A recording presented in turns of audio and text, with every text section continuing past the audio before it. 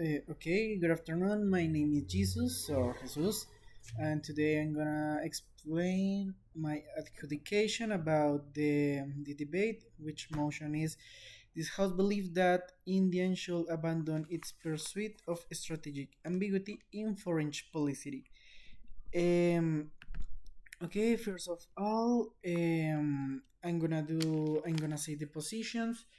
Then I'm gonna explain clash by clash and why I consider that each one, each of the teams win each clash.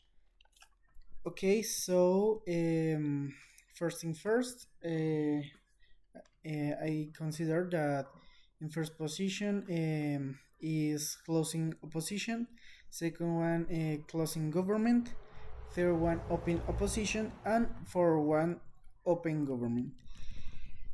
Eh, Before going clash by clash, it's important to clarify what it's the debate about. Its heart of the motion concerns whatever India should trade flexibility for clarity. The government benches argues that ambiguity limits Indian partnership and credibility, especially with US and its allies. Um,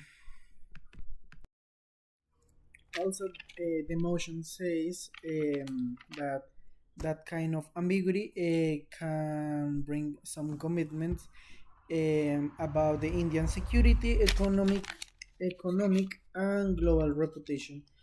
The opposition benches counter that ambiguity preserves Indian autonomy, allowing it to cooperate with multiple power blocs and avoid engagement in rivalries and maintaining stability both extremely and domestically.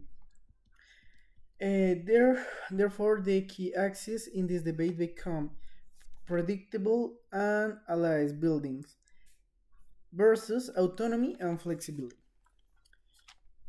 That was the main clashes of this debate. Okay, so to start, opening government, they claims that India current ambiguity harms its relations with the West, since it keeps importing Russian oil and sharing intelligence with states outside US. Let others they tell us that once India abandons ambiguity, Western nations will have clear incentive to reward it through trade, defense, cooperation, and strategic support. They also acknowledge China's relations but frame its manageable, arguing that long term benefits outweigh short term escalation. We think OG set up the core logical framework. Well, they identify the trade off and explain the mechanism linking clarity and West. However, I think that they bring major weaknesses, in which the most important is the assumption of Western reliability. They take for granted that US will permanently support India without addressing historical shift in Western alliances. Uh, Otherwise, the limit waning, they don't compare the severity of retaliations versus the reward. So OG give us a good framework. They analyze remain assertive rather than persuasive.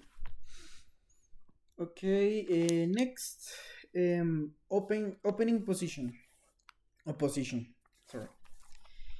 Um, they argued that abandoning ambiguity will trigger immediately regional instability. It pushes to China to mobilize border escalating tension along the Himalaya frontiers. It damaged India's domestic politics, landing to devise nationalistic rhetoric and coalition frameworks. It isolates India economically by ending flexible trading with both blocs. Uh, okay, where they fall short in strategic comparison. They focus on the risk of change, but not enough on the opportunity cost of staying um, ambiguous, meaning they don't explain what India loses by keeping thinking as they could be asked, what if ambiguity erodes credibility to the point that neither side trusts in India? That will depend in their case. Okay, next, closing government. Uh, closing government give us a new strong extension, shifting the debate to an economic and domestic stability. They say that um, linking clearly with the West giving India economics access, new trade markets, Western technology, and energy diversification away from Russia and oil. China and Russia are economically declined powers, siding with strategic irrational.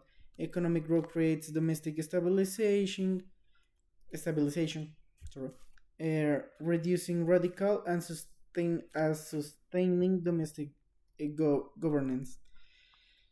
Okay, I think that the main problem was that they underestimate the structure, the dependency risk. They assume that U.S. permanent be a benevolent partner, that he always been helping them. So they failed to analyze what happened if America's interests change. Yeah. Despite that, their contribute is significant. I think that they did good. Okay, then closing opposition, they introduced the idea of path dependency and loss of agency.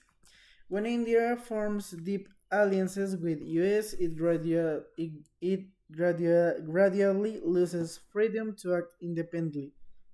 That's a small part of their discourse. The point of the dependency happens gradually through trade deals, compliance, and ideological extension. Um, okay. Uh, yes, I put it at the last because I think that they don't say new things. I think that they just add new argument, but they don't add something more to the debate. Um, okay, now my comparative and my decisions. Uh, OG sets up the question but fails to weigh consequence. OO grounds the harms of change but can project future implications. CG extends with strong economics and stabilization but misses long term risk. CO wins by showing that even CG's benefit happens, they short lived and strategic costly as India becomes structural dependence power.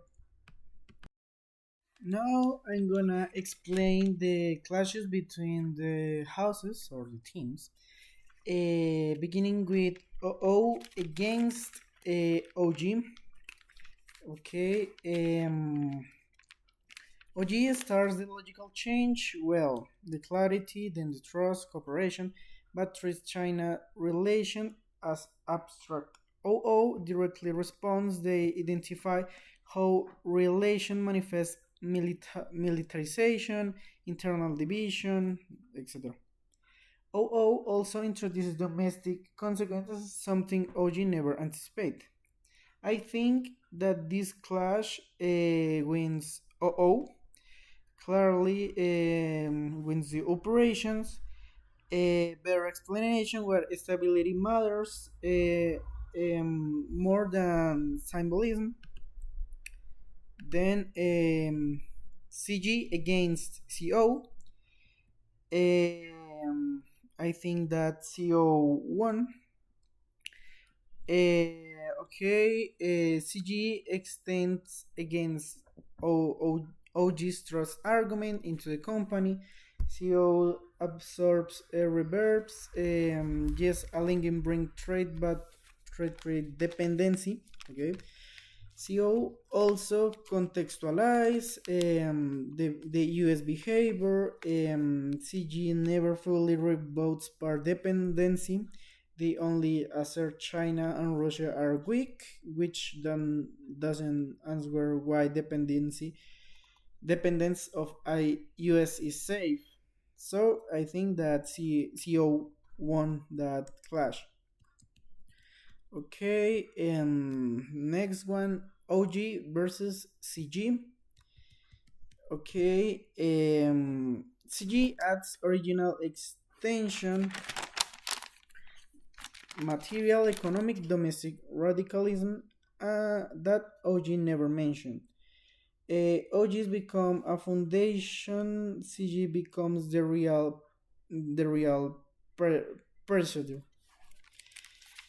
I think that one CG over OG because they add new material, engage better with the opposition frames, provides comparative relevance. Then OO against CO. I think that one CO against OO because their analysis is longer time frame, more global, and more theoretical. It's more, it's stronger than OO. Um, co- mm, mm, mm. They're stronger than OO. The agree ambiguously is useful, but upgrade rationally is not just flexible, it's strategical and necessary, in my opinion. Next, diagonal clashes OG versus CO. I think that um,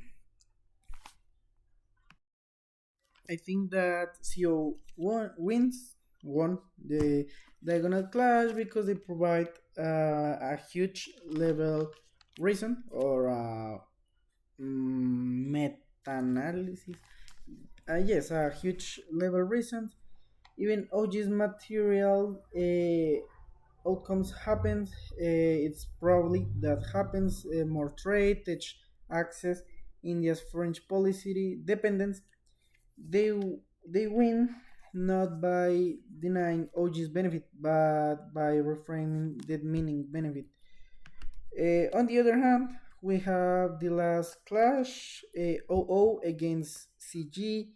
Um, okay. I think that in this case, this is hard because I think that both of them were good. I mean,